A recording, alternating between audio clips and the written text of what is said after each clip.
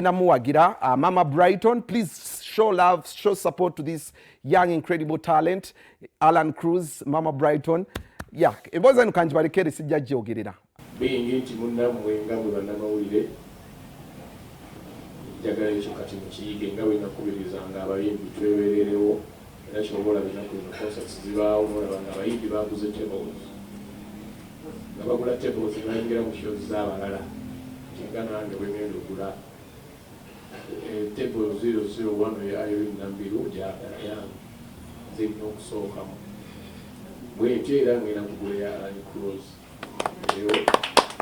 sagala kuwapa tiketi zote opasaga yanzanyiseba. Allan is talented. Era mbakakasa nti mugenda okufuna ku theatre Labonita ku Lwokutaano kigenda kuba kiyitirivu. Lunaku Lwakutaano wiiki eno yennyini gye tulimu eno olunaku Olwokutaano mujja ku theatre Labonita okuyingira emitwalo 2, emitwalo 5 ne tebo kakadde.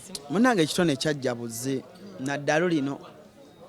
Justin ninamu eddalu kati oluusi lisukka kati eddalu lukoolo lyansukkako nembaako ne gwenjeeyereza ebyavambi ebino ebitutwala ku Labonita.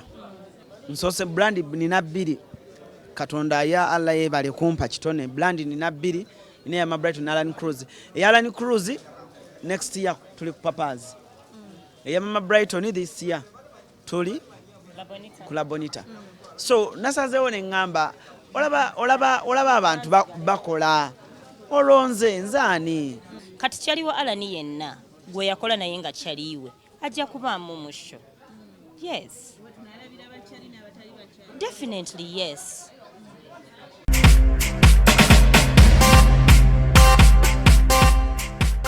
Kawunyemu 360 ewa